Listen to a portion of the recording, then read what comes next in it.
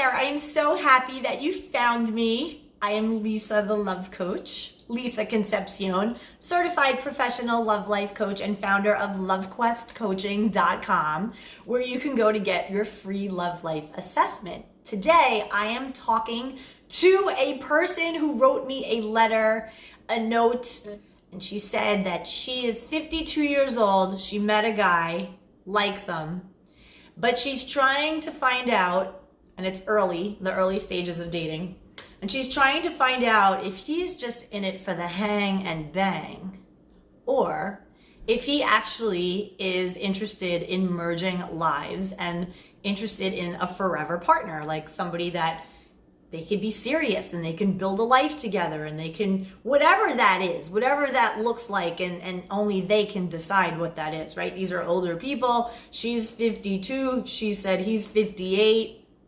So they're relatively, a couple of years older. But she is interested in merging lives with somebody. She's like, yeah, I want to, have something that I can build together, right? So she has her own life, her own thing that she's been doing, and, her whole business and whatever. And then he has his thing, but she is not the type of woman who wants to live in her own house and him in his own house, and then they just see each other for the hang and bang, which is, let's hang out a couple of times a week and let's, just be into the fun and the girlfriend boyfriend thing, but no real look at what we're building together as far as a future and a true partnership, as far as partnership, meaning I have your back, I'm going to be really, involved in your life in a significant way, deeper conversations, deeper care for the well-being of the other person. So she's into that, right? And so she's dating from that perspective. So she came with a very normal question that I get often, which is, I'm newly dating, I like these people, but how do I even bring up what it is that I'm looking for in a way that doesn't scare anybody off? So here's where I encourage people to get out of the scarcity mindset of this whole notion of, I'm afraid to scare somebody off. The opposite is actually the goal. Now, be with me on this. You want to vet and weed out the people who don't want what you want. And the older you get, the quicker you want that to happen. So what's interesting is as you get older, your threshold for bullshit, it goes like, so like you're sitting there like, lovely lady friend who wrote to me, and she's like, here's the deal, Lise. I'm 52 years old. I raised babies. They're grown adult kids. They're doing their thing. And now it's me time. And she was single for a long time. She was single, raising her kids. She had them young, right? She got divorced in her 40s. So it was like 10 years time where her kids were like at that 10-year-old, 12-year-old. And now the kids are older. They're out of the house. Bye. They're all, living with roommates, doing their thing, working on their careers, doing their thing, right? So she's got her own life now. She's like, all right, mama is free. And she's out there now dating with the intention of, I'm older, I'm wiser, I've been through stuff, I've raised babies, I have healed, I have worked on myself. But she has a pattern in the last couple of years where she's attracting bachelors. She's attracting men who want the hang and bang, as we call it, which is simply, I just want somebody to hang out with and be exclusive with, and that they're my girlfriend and I'm her boyfriend, but like we're not, accountable to each other. We just, we're loyal, right? I'm not going to be with any other woman, but I'm just doing me. I'm living here. I have my own space, my own place, my own thing. Okay, so be very, very mindful, ladies, that as we get older, and this goes for women and men, right? So there are two types of people. There are people who want to merge lives together, and there are people who do not. There are people who want more of a casual boyfriend-girlfriend arrangement, companionship arrangement. Both are cool. I've had both, done both, But when you are on one track and they are on another, it is absolutely important that you get that clear from the very start, right? Because then you catch feelings for one another and then you have yourself a project, and you don't want that. You don't ever want to convince someone who doesn't want to merge lives to do so. You don't want to operate from that, right? Either they're on the same page as you or they're not, right? And so when you decide, and for many people, that's totally cool. Like I said, there are many people out there, women and men, who are like, and I have clients like this, women who are like, listen, I just want a nice guy that I can be with, that, you know, we see each other 3 times a week. I have my house, he has his house, I have children, he has kids, whatever their deal is, or not. Maybe they're just alone and they like their space. Right? I've had women that are like, I don't want to cook for a man, clean for a man. I don't want to do that. I have my space. I have my house. I own my house. I just want somebody to hang with. Whatever your deal is, the key is getting clear on what it is that you want based on where you are in your life, and then honoring that. It's very important that you honor what you truly want. Otherwise, it's going to be a form of settling. It's like selling out, selling yourself out. And so when you love yourself, you get very true with yourself and you figure out what it is that you really, really want. How do you want this relationship to roll? And that is your end game, right? For some people, it might even be marriage. For some people, it might be a union of merging of lives, and then you together as a couple decide what that looks like. Maybe, I don't know, you go on vacation and you like say nice things to each other on a mountaintop and you give each other rings and boom, you're done, right? It's between you both and God, whatever. Maybe other people have big extended families and they want to have the big marital family party and whatever. Like that could be their thing. But point is, everybody has their vision for what their ideal relationship, partnership, whatever you want to call it, looks like. And so what I would invite this woman to do is to shift from operating from a place of scarcity of, I am afraid to ask certain questions. I'm afraid to determine if this person is on the same page as I am. And whenever we're operating in that eggshell kind of walking on eggshells, I don't want to scare someone away, you're operating from a place of scarcity. When you're operating from a place of abundance, then you own your truth. Then you're like, so, you know, when was your last serious relationship? And they'll say whatever that was. And then you say, oh, okay, wow. So you're like all about commitment. Amazing. That's great. I am too. What does a partnership look like to you? And it's a very open-ended question. It's a very like, so tell me, like, if you're going to be in a relationship, like a long-term relationship, what does that look like for you at this stage in your life?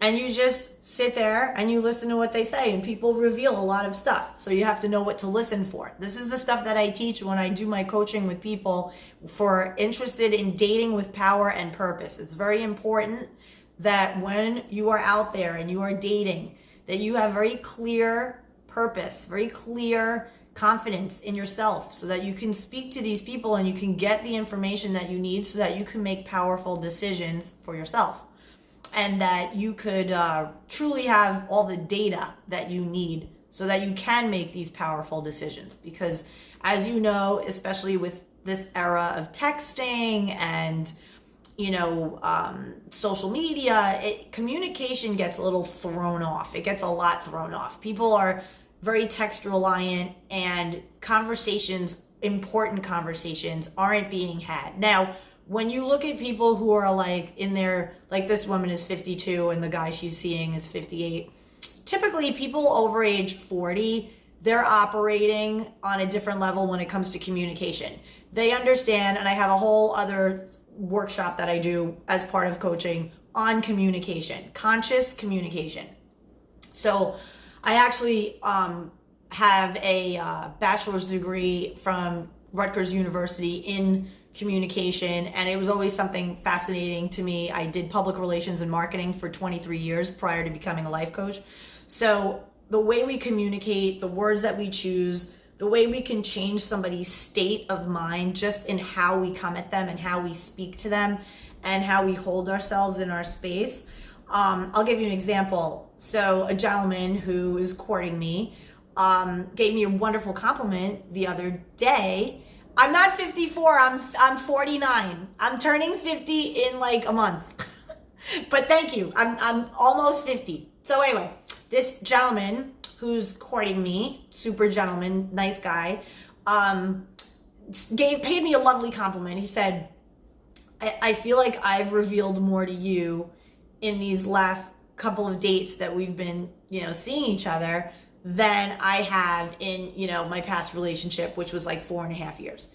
And, I take that as a compliment because it's a testament to, one, my ability to communicate, but my ability to hold my energy in such a level that the other person feels that they can reveal things to me, that they won't be judged, that they will be acknowledged, validated, respected, appreciated for sharing what they're sharing, right? Because it's not easy. Like, we're sitting here mixing it up with people, strangers. You don't know, you meet somebody 1 minute, and yet you could develop a rapport with them in such a way that you start to find a bond and a friendship, and you're like, wow, like this person is really receiving me, right? It's a very feminine way as a woman to approach dating. So if you're looking at this, my friend who sent me the note, I hope that this helps you, because I encourage you to step out of that scarcity mindset and into your feminine, and ask this guy some nice open-ended questions, and you will be able to ascertain, if you go about the questioning as I do, and we can talk about that more through, a one-on-one. If you're interested in that, I am offering one-on-one high-touch value coaching for people who are watching this and want to dive in deeper. They feel like, whoa, like I want to know how to determine, is this like a long-term legit thing, or is this just like the hang and bang, or is it something in between? Like, you want to be able to ascertain, what is this person about? Like, what is he about or she about? What is she looking for long term? Are we on the same page? And there's no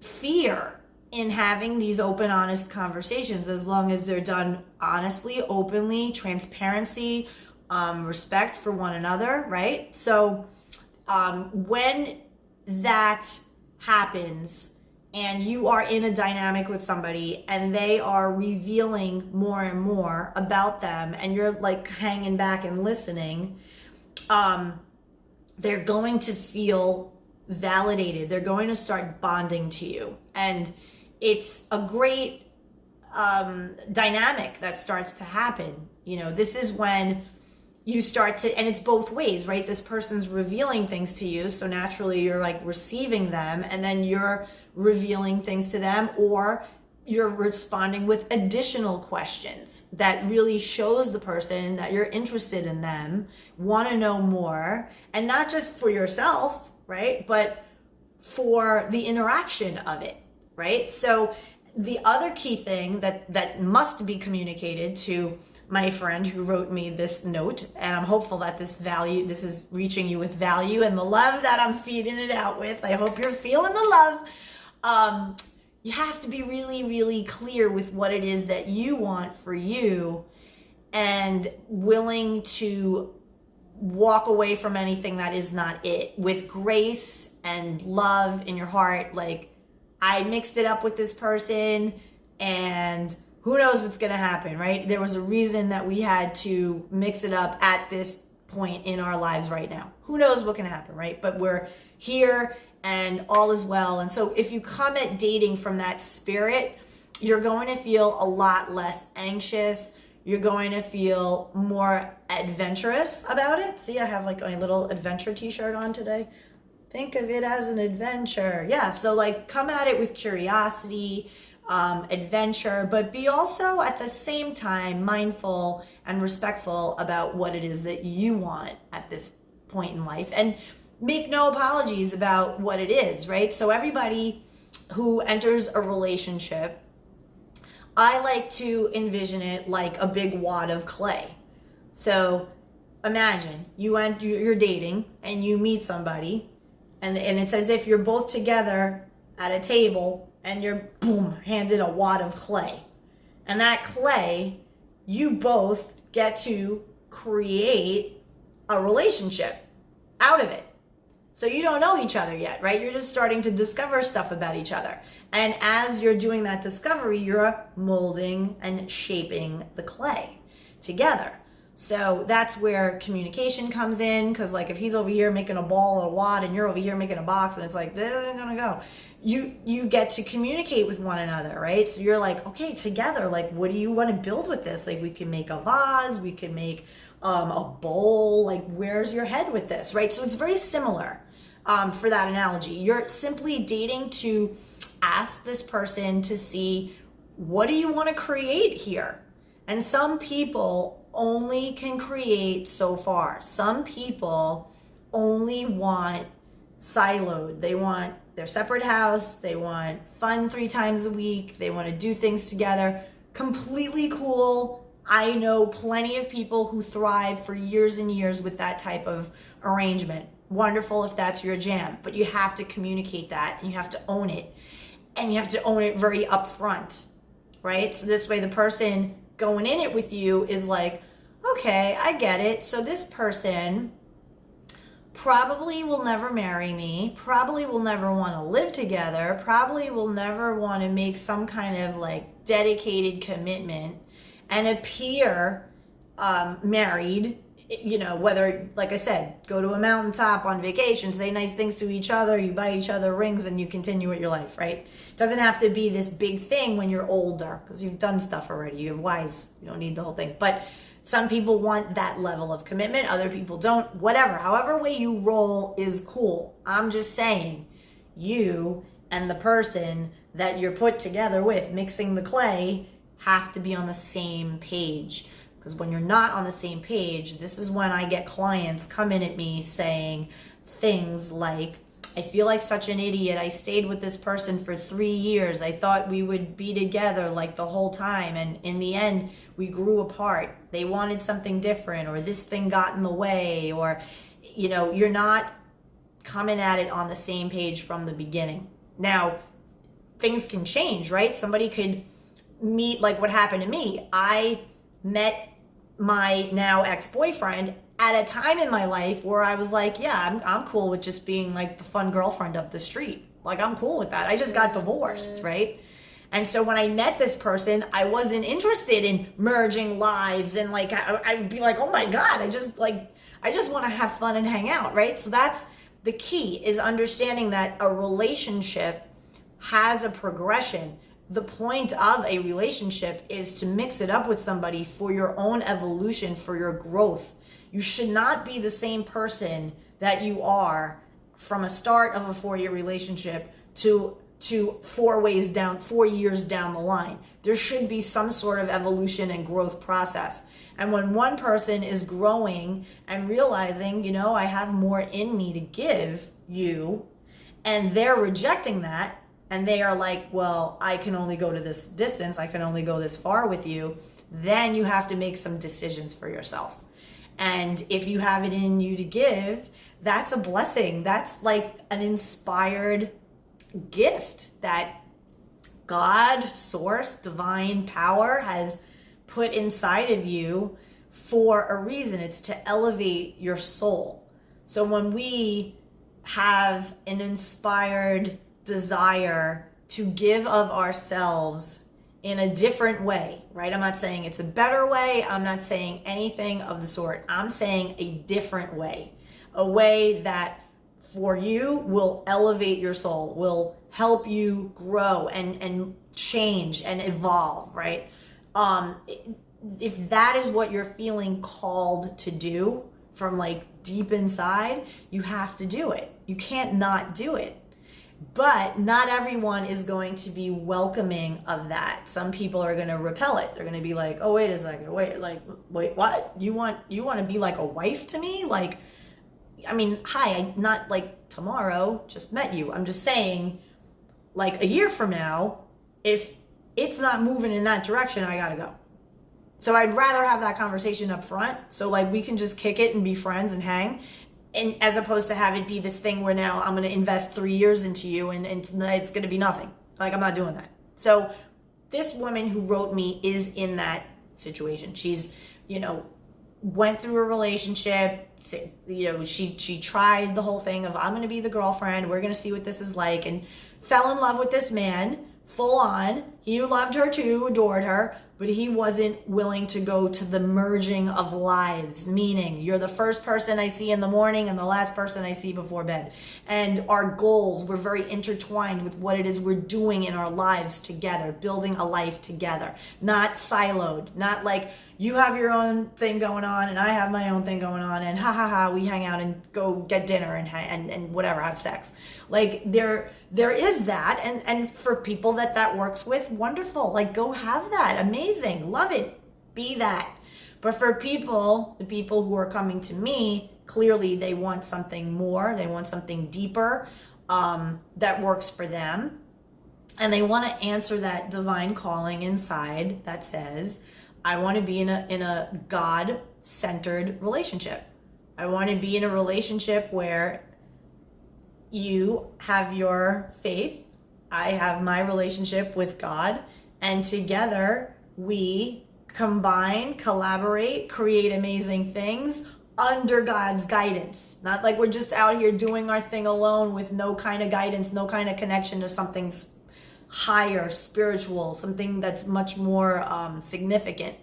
So I have parents who divorced, then got remarried when I was a little girl, and they have been together for decades. I met my stepfather when I was 7. I met my stepmother when I was 3. I am turning 50 in a month. So these people have been in my life, my whole life.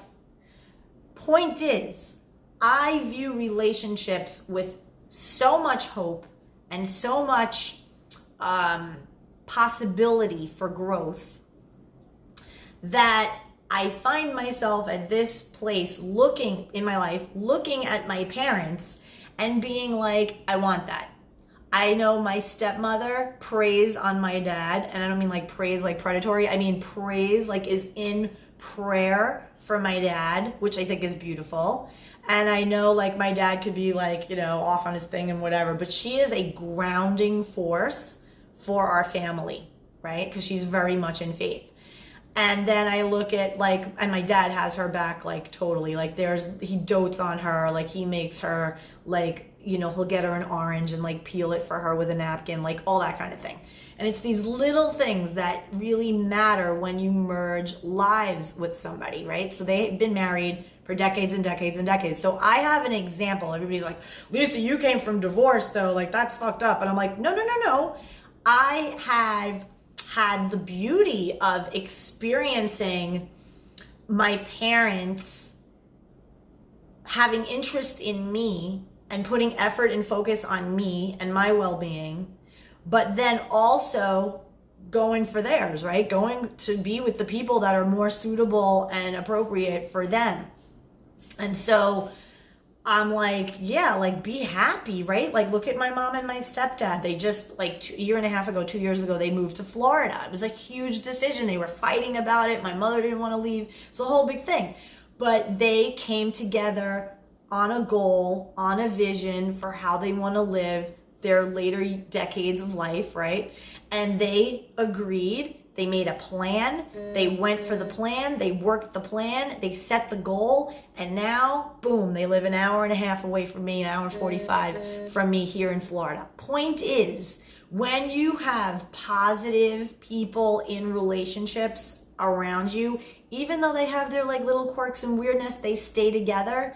That is a positive influence on you, right? It doesn't matter if your biological parents like got divorced. I believe my biological parents had to come together for me to enter this world as a human having this experience as a girl born to these two people at that particular time in life so that my soul can evolve and I can go through this journey.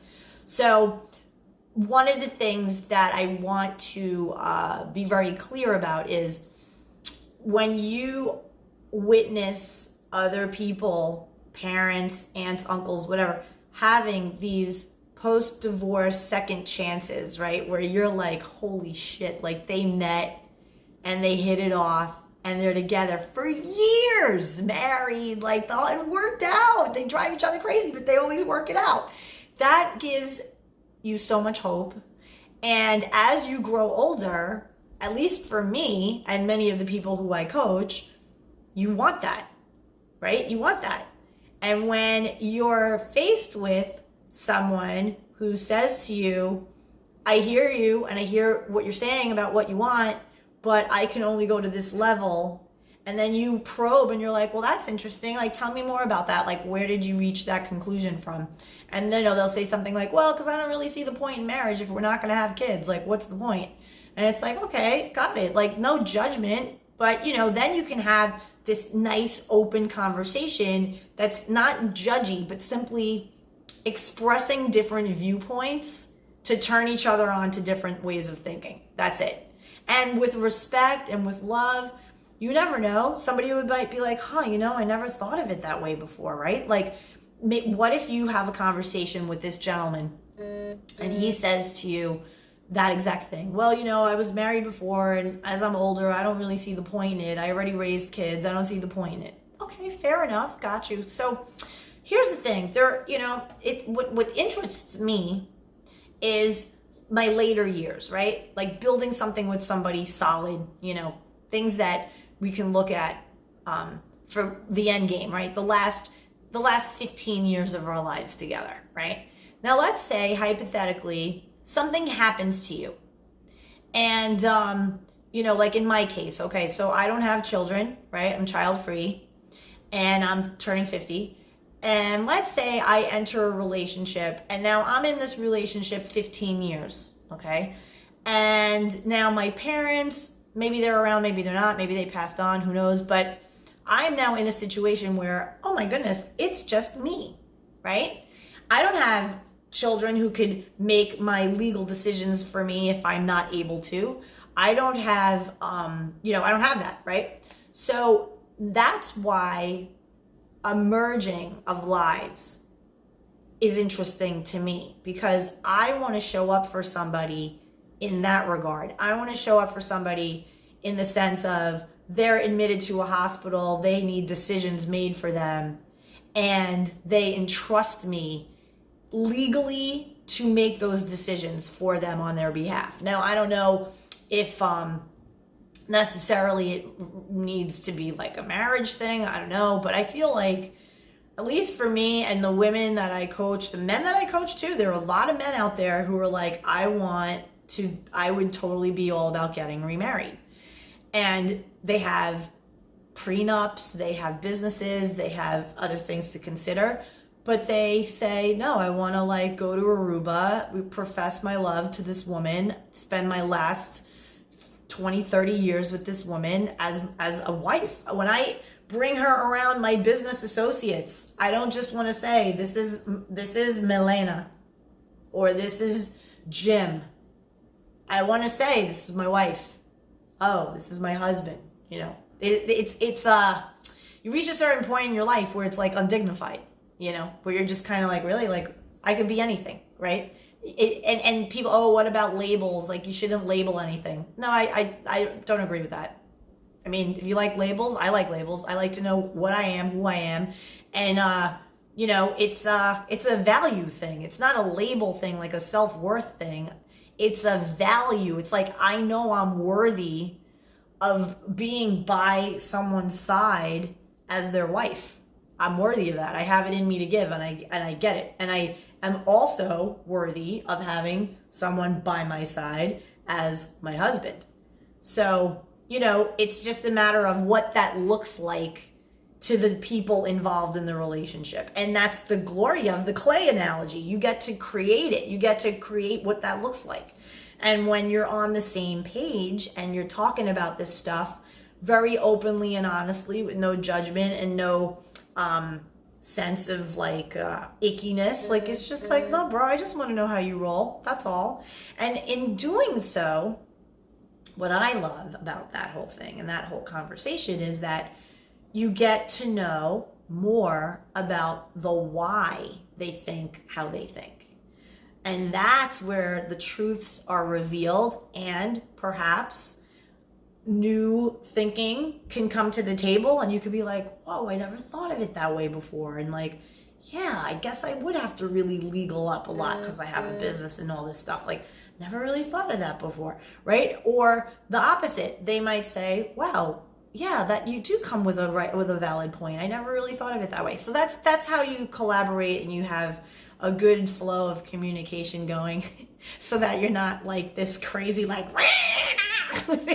like, you know, you're more like open, like, I just want to get to know you better. I just want to get information so that I can make a decision for myself, you know?